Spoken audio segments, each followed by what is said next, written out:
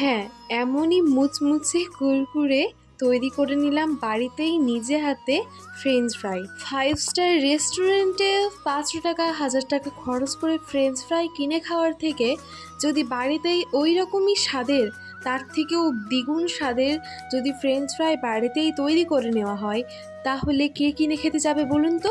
তো আমি আজকে একদম নিজের হাতে ফ্রেঞ্চ ফ্রাইটা বানিয়েছি আর ভাবলাম আপনাদের সঙ্গে শেয়ার করে ফেলি। তার জন্য দেখুন বেশ লম্বা লম্বা সাইজের আমি 3টে আলু নিয়ে নিয়েছি। সেই আলুটার খোসাটা ছড়িয়ে নিয়ে ভালো করে ধুয়ে নিয়ে ওটা কেটে নিচ্ছি। কাটার প্রসেসটা আপনাদেরকে একটু দেখিয়ে দিই।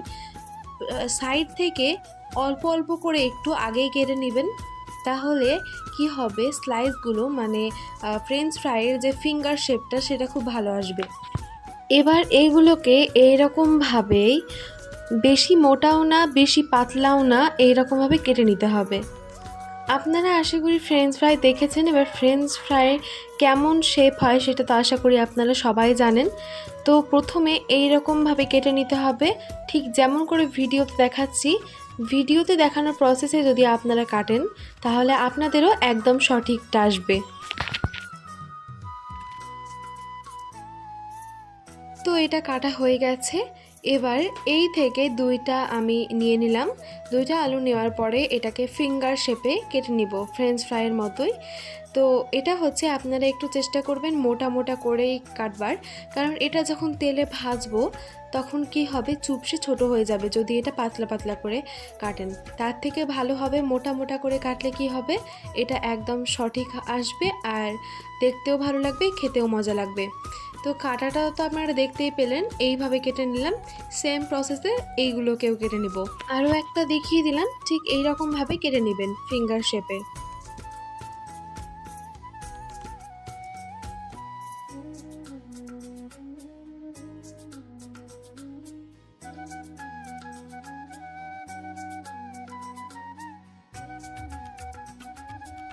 এইগুলো যখন কাটছিলাম আমি তো একটা জিনিস ভুলেই গেছিলাম, প্রথমেই এটা কেটে কেটে পরিষ্কার জলে ডুবিয়ে দিতে হবে। তো দেখুন এখানে একটি পাত্রে আমি জল নিয়ে চলে এসেছি। এবার সেই জলটাতে ওই কেটে রাখা স্লাইসগুলো দিয়ে দেবো, দিয়ে ভিজিয়ে রেখে দেব। একই রকমভাবে সবগুলোই কেটে নিব, কেটে ওই জলের মধ্যে ভিজিয়ে দেব। তাহলে এটা কালো হয়ে যাবে না, মানে কেটে রাখার পরে কি হয় কালো হয়ে যায় সেটা হয়ে যাবে না। জল ঝরিয়ে তুলে তুলে আমি একটি পাত্রে রেখে দিচ্ছি। এবার একটি পাত্র আমি গ্যাসে বসিয়ে দিচ্ছি, তাতে অল্প একটু জল নিয়ে নিয়েছি।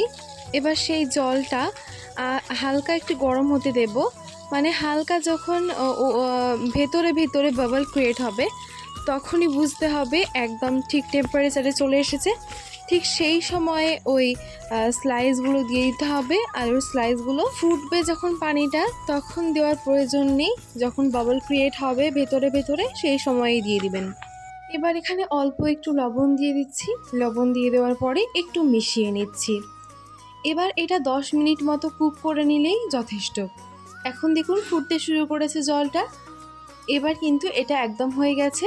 এবার এটা তুলে নেব, ভালোভাবে জলটাকে ঝরিয়ে নিয়ে এটা তুলে নিচ্ছি।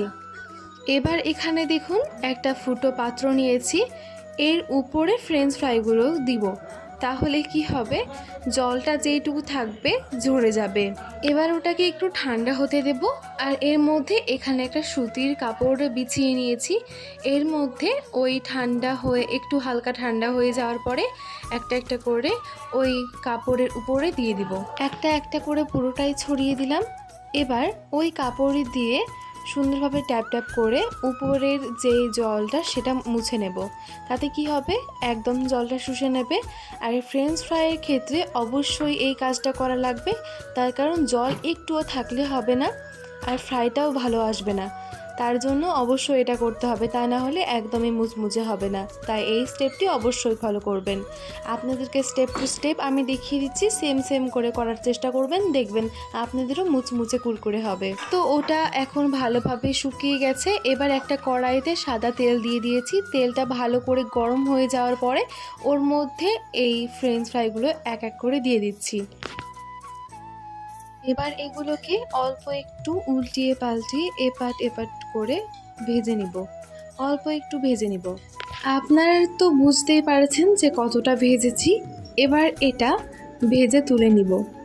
এখন আপনারা ভাবছেন যে এটা তো কই লাল হলো না। আচ্ছা, হবে দাঁড়ান, কারণ এটা আমরা 2 বার ভাজবো। ফ্রেঞ্চ ফ্রাই অবশ্যই 2 বার ভাজতে হয়। যে কোনো রেস্টুরেন্টেও ওরাও কিন্তু 2 বারই ভাজে, তাই ওই রকম কুড়মুড়ে হয়।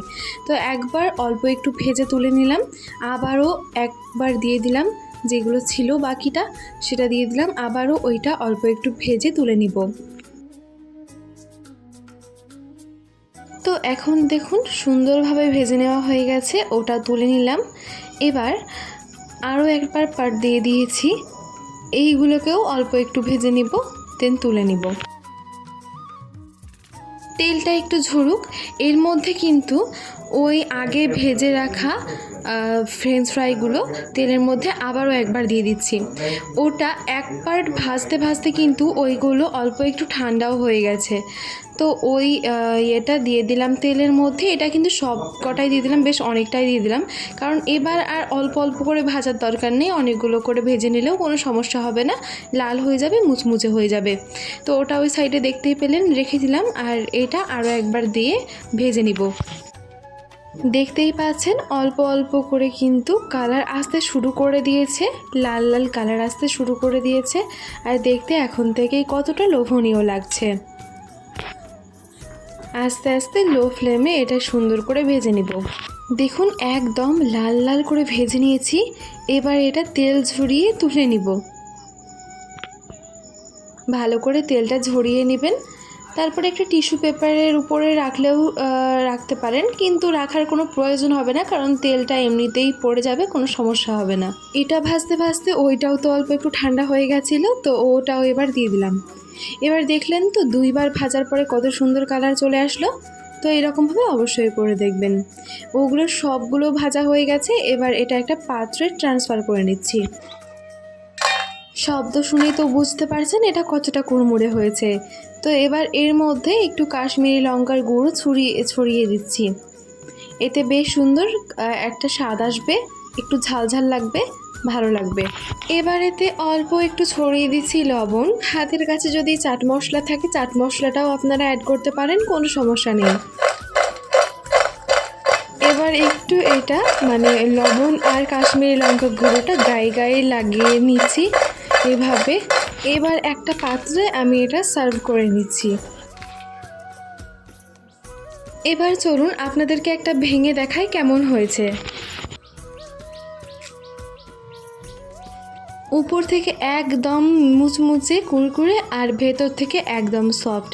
কী যে স্বাদ হয়েছিল বলে বোঝাতে পারবো না।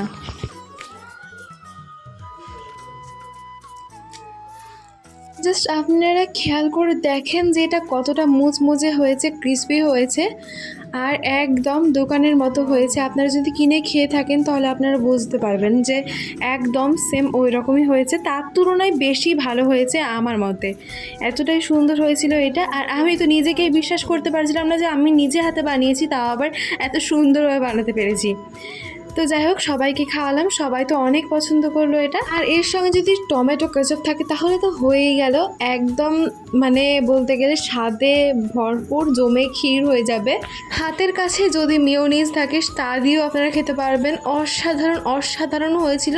আর আপনারা অবশ্যই কমেন্টে জানাতে ভুলবেন না, আমি যেমন স্টেপ টু স্টেপ পুরোটাই A to Z দেখিয়েছি, সেই রকমভাবেই যদি বানান তাহলে আমি আশা করছি আমার মতো এইরকমই কুড়মুড়ে হবে।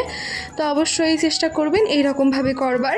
তো বন্ধুরা, আজকে এখানেই বিদায় নিচ্ছি। পরবর্তী অন্য কোনো ভিডিওতে আবারও দেখা হবে। সেই সঙ্গে সবাই ভালো থাকুন, সুস্থ থাকুন, এবং আমার চ্যানেলটিকে সাবস্ক্রাইব করতে ভুলবেন না। ভিডিও ভালো লাগলে চ্যানেলটিকে সাবস্ক্রাইব করে পাশে থাকা বেল আইকনে ক্লিক করে অল নোটিফিকেশন অন করে দেবেন। এতে আমার নতুন নতুন ভিডিওগুলো সবার আগে আপনার নোটিফিকেশনটা পৌঁছে যাবে। আর যদি ভিডিও ফেসবুক থেকে দেখেন তাহলে অবশ্যই পেজটিকে ফলো করতে ভুলবেন না। তো আজকে এখানেই বিদায় নিচ্ছি। সবাই ভালো থাকুন, সুস্থ থাকুন, ধন্যবাদ।